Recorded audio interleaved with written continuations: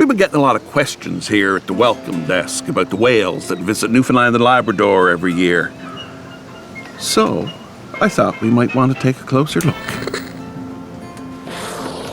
Close being the operative word. 10,000 humpback whales migrate here every year after wintering in the Caribbean. Kinda like my Aunt Gertrude. It's quite normal for them to wave hello. And you might not think it to look at them, but they're quite the dancers too. Again, a lot like Gertie. Typically, they start showing up in April, more and more through May and June, and stick around through the summer. It's possible to see minkes, fins, but even sperm and orca whales here. But it's hard not to spot a humpback.